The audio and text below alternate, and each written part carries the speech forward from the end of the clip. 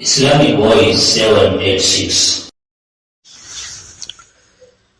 اور دل کی کمزوری کو دور کرنے کے لیے دل کو صحت مند اور مضبوط بنانے کے لیے ایک مختصر سا اور مجرب وظیفہ ہے، دعا ہے۔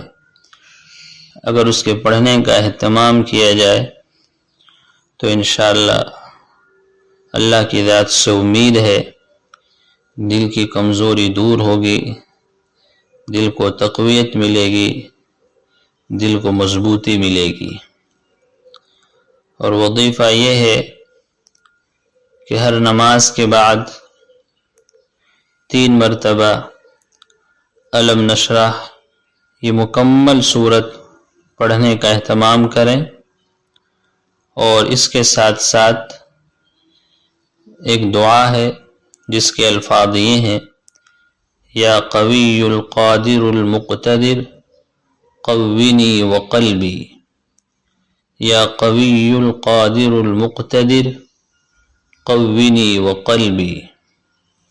یہ دعا دل پر ہاتھ رکھ کر 7 مرتبہ پڑھی جائے، اول آخر ایک مرتبہ درود شریف بھی ملا لیا جائے۔ انشاءاللہ اس پر عمل کیا جائے گا اور اس وظیفے اور دعا کے پڑھنے کا اہتمام کیا جائے گا تو اللہ کی ذات سے امید ہے کہ اللہ تعالی شفا عطا فرمائے گا۔